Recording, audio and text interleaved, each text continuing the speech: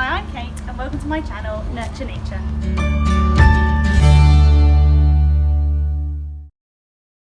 My husband and I have 2 children, Emily and George. We love discovering new places on day trips out. We enjoy being outdoors and want to share with you what we get up to.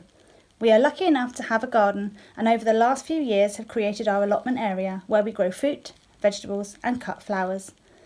We like to use as much as we can from the garden in our cooking and hope to show videos of what we create. We also love completing garden projects thinking about what is best for wildlife. We are also passionate about caring for and protecting the environment and hope to share tips on recycling and how we have cut down on plastic use. We hope you enjoy our weekly videos. Please subscribe to our channel and hit that like button.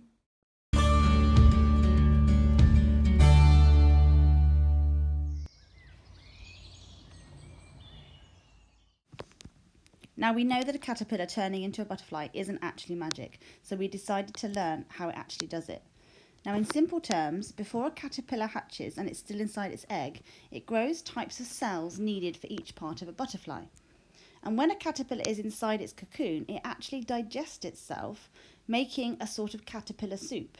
It uses that soup to feed the cells to turn into the parts of the butterfly.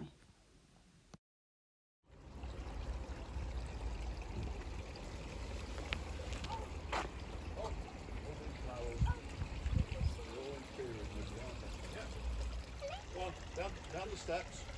Well, I'm moving you.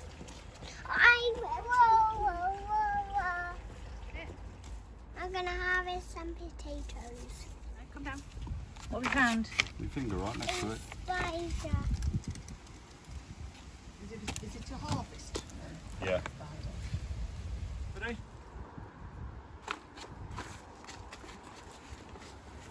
Get that way. Hit the bottom up. Ready? Lift. You've got to pull as well. Wow. Wow. Wow. You're going to see how many potatoes you can find. Look at them. Wow, that's huge. It's like looking for gold, isn't it, Emily? Yeah. Like, keep digging, keep looking through. I found a potato. Is that the seed one? I found a potato. Yeah, all the little ones as well. I'm finding so much. If I'm a good finder. I found one. I'm amazed how dry it is. Trying to get it wet is really difficult. Yeah, even them little baby ones.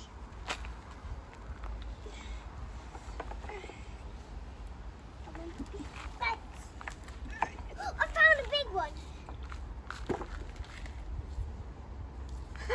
You found lots. Yeah. This one is good. Do you need to stand in the earth, Emily? We're going to have to wash your feet after this, aren't we? Like, get all those baby ones.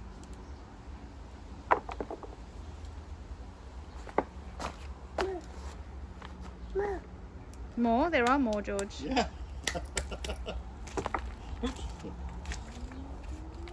Who grew the potatoes, Emily? Grandma and Grandad. Yeah, we can't claim to grow these ones, can we? But Grandma and Grandad have grown them, so we have helped harvest them. And what are we going to do with them now? And we're going to wash them. We're going to wash them and we're going to make roast potatoes for our dinner this evening. Yeah.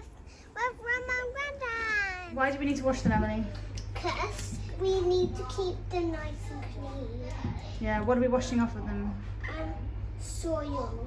Yeah, we don't want the soil, do we? No. Then we will get dirt in the mouth and also we will get dirty potatoes. Yeah, we want nice clean ones, don't we? And then we're gonna probably, well, they might not need peeling actually because they've got really soft, thin skins. Yeah, I know. Then we're gonna chop them up, put some oil on them, put them in the oven and roast them for dinner. Yummy, yummy. There we go, they're all clean, all washed now. So Emily's got quite a lot of experience with knives, haven't you? You're quite careful. But if you're new to cutting things up, you might want to make sure you've got an adult with you. Yeah. Right, so Emily, just cut them in half because we don't want these too small. That'll probably be enough now. Cut that one all the way down. Press all the way down. Good. Nope, no more because we want these to be roasty size. And cut that one in half again.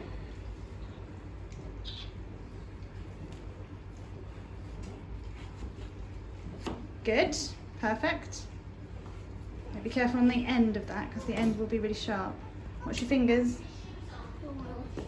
That's it. Right, and then that one. Last one in half. Perfect. Emily, what are we picking? Rosemary. Rosemary is a type of herb, isn't it? And we're going to put it on our potatoes. Yeah. Good. A few more sprigs then. Do you want some scissors? You got the scissors? There we go.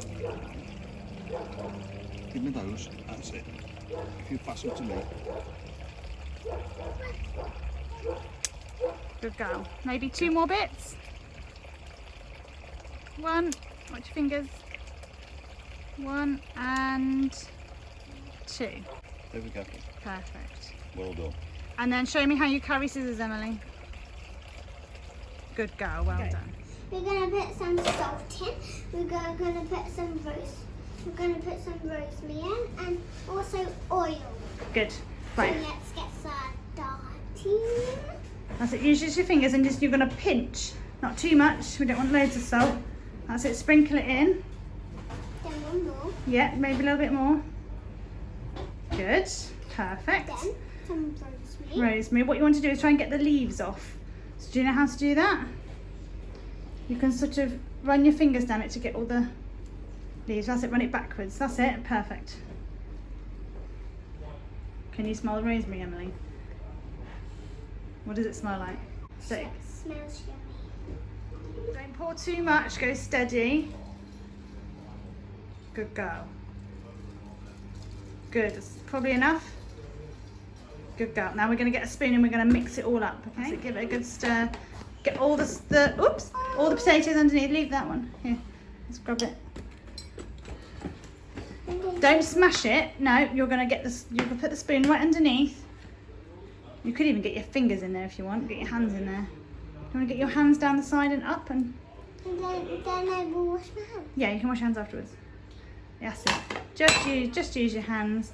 That's it. Mix them all in. Massage all that oil in, and the salt and the rosemary.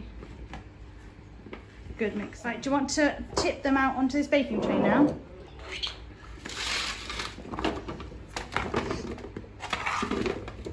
Perfect. You can use your spoon now to sort of spread them around. Very good. So the potatoes are out of the oven now. Go on then, Emily, give me a taste.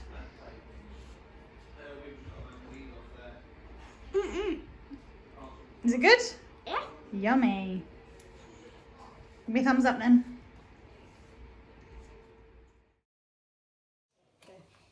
Hello, we are going to tip the cocoons in here, and then we're going to put those in this bag, everyone. Yeah, so the caterpillars have all now turned into cocoons, Yeah. and they've got this Chrysalis. or a chrysalis. They've got this silky webbing around them, Yeah. haven't they? Yeah, so if they can hold on. Yeah, and we're going to take the lid off the pot.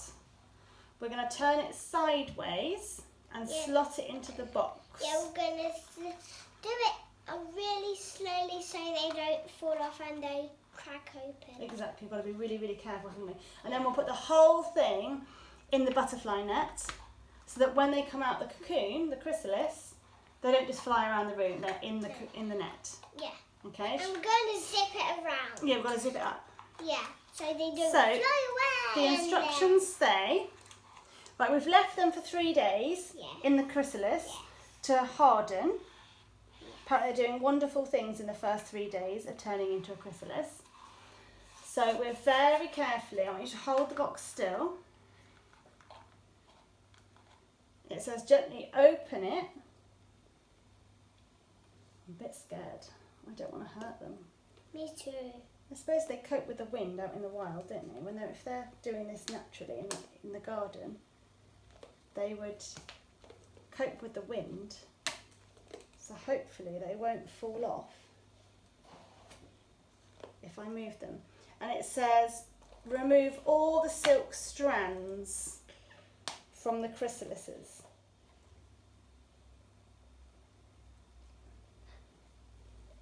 Oh gosh, this silk stuff is actually really strong. It says to remove them all, but I don't want to. I'm going to go and get like a bamboo stick or something to take them off.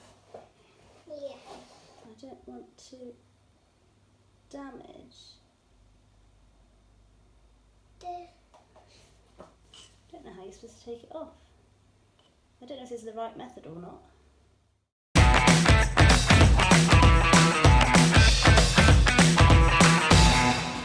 Oh, just cut it off. I could cut it, couldn't I? That's a good idea. We could snip it. Quickly. We could snip it, then I won't have to pull it. Cut the Well, I'm not cutting the chrysalises, I'm just cutting Yeah, I know. the... Oh, don't drag me!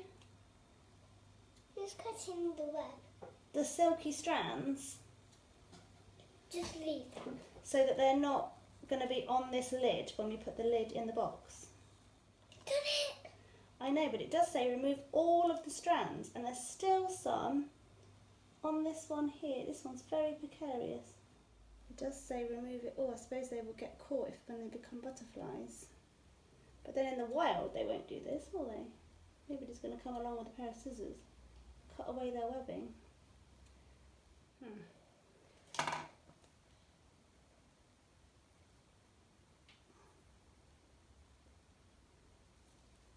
Go, Mommy. Shy and be It's just there's careful. there's one little bit here I just would like to get rid of. Go, Mommy. I think that's as much as I'm going to do. Now you have to gently turn it and tilt it. And then I'm going to put the lid in the box like this. I think that is as far as I'm going to do. And then we're going to put it in here.